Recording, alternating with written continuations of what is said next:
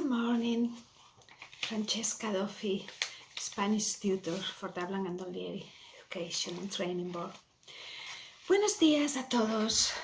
I hope that you are all keeping well. And we're going to start today a little bit of revision of the first class that we did when we started the Spanish course. It was to do with the Spanish pronunciation. So I am just going to remind you all of how to pronounce Spanish vowels. If you remember, they were all pronounced the same. And once when you learn the sound of them once, the sound is all the time the same. So how was the sounds of them? I just remind you, it was A, E, I, O, U. And again, A, E, I, O, U. A, E, I, O, U. Now any consonant you put in front of the vowels, these vowels will alter that sound. So imagine an M in front of them, ma, me, mi, mo, mu. Imagine a T in front of them, ta, te, ti, to, tu. Imagine an S, sa, se, si, so, su. Imagine an N, na, ne, ni, no, nu. And imagine a D, da, de, di, do, do. Now another thing that we did as well to do with the pronunciation of Spanish was two sounds that can be a little bit problematic. And one of them was the guttural sound, like a very aspire H. And then there was another sound, like, if you remember, it was like a TH, th. And you have to put your tongue between your teeth to get the sound correctly. So what we're going to do is we're going to have a look at when those two sounds occur.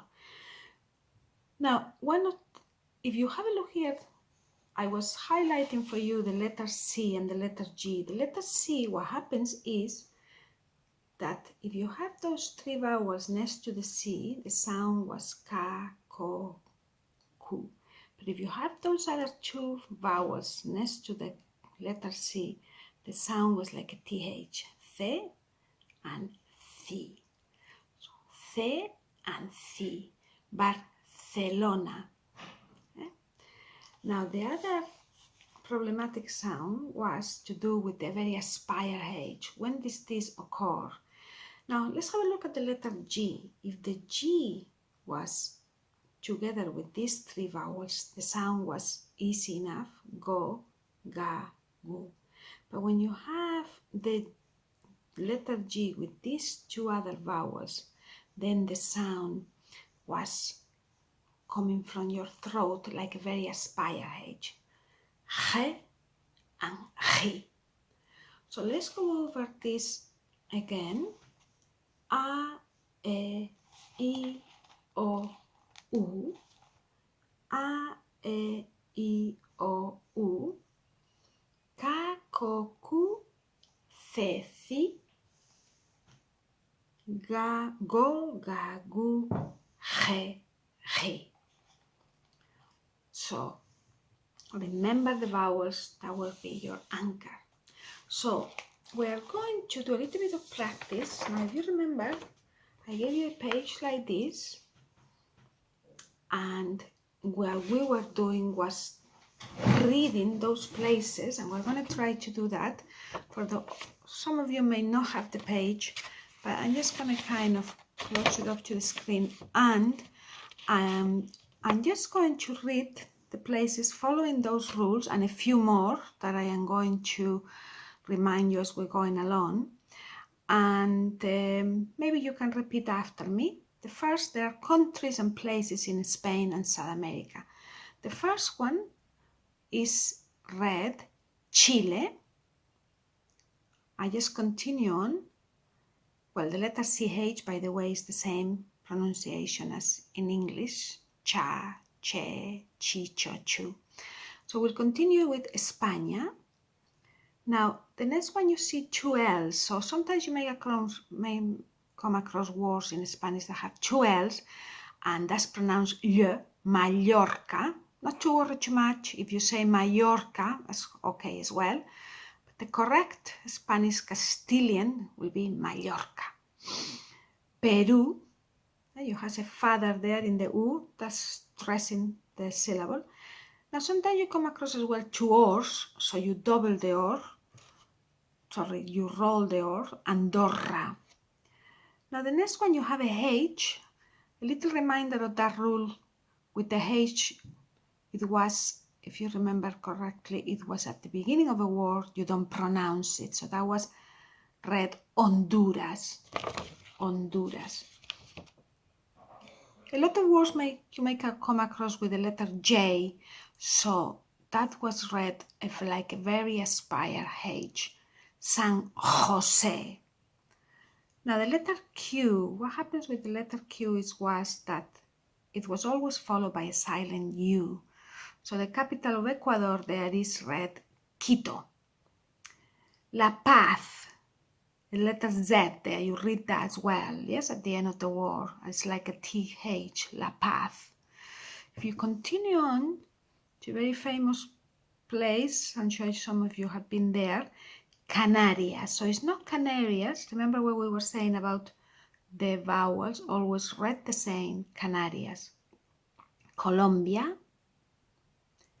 Cuba, so it's not Cuba, it's Cuba. Yes, the vowels always read very clear and distinct. Now we have there two words, the name of the ocean, Pacific Ocean, but in Spanish that will be Océano Pacífico, yes, with the tone between the teeth. Galicia, Gomera, and Guatemala. So there is the letter G, but it's read soft with those three vowels, Galicia, Gomera, and Guatemala. Now we come across a country that have a GE, and the GE is read like a very aspire H, Argentina. The next one, Gibraltar. Okay, afterwards we have two cities that one starts with a B and another one with a V. But another rule was the letter V is pronounced the same as the B. So Barcelona, and then we have Valencia, exactly the same, Barcelona, Valencia.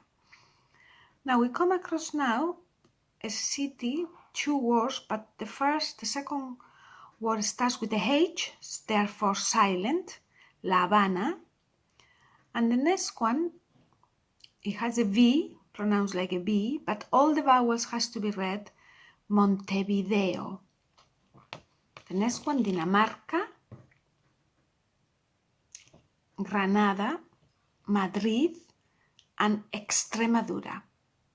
Okay, so I'm just going to read them all, and this time I'm just going to let you see the way I vocalize this. I just go over them again. Chile, España, Mallorca, Perú, Andorra, Honduras, San José, Quito, La Paz, Canarias, Colombia, Cuba, Océano Pacífico, Galicia, Gomera, Guatemala, Argentina, Gibraltar, Barcelona, Valencia, La Habana, Montevideo, Dinamarca, Granada, Madrid, Extremadura. And I remind you a very important one, Dublin, so it's not Dublin, Dublin, and Irlanda. So, I just remind you again, A, E, I, O, U. Yes, so another example of the H at the beginning of a word silent, one that you'll remember very well will be hola. Yes, so kakoku, ceci, gogagu, ge, gi. So that will be all for today, and I will see you soon. Work on those sounds. Adiós. Hasta luego.